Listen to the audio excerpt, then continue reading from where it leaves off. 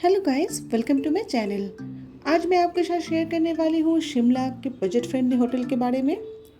तो मैं last month Shimla गई थी और मेरी एक्सपीरियंस काफ़ी अच्छी रही।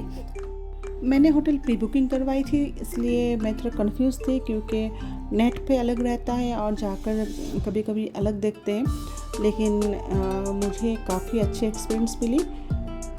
होटल मुझे बजट फ्रेंडली लगी और होटल का जो फूड था बहुत ही अच्छा था और उनके सर्विस भी बहुत अच्छी है।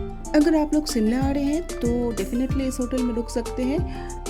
होटल मॉल रोड के ऊपर ही है और होटल का नंबर मैं स्क्रीन पर मेंशन कर दूंगी। तो चलिए फ्रेंड्स, सबसे पहले मैं आपको मैनेजर से बात करवाती हूँ और उसके बाद होटल का रूम टूर करवाती हूँ।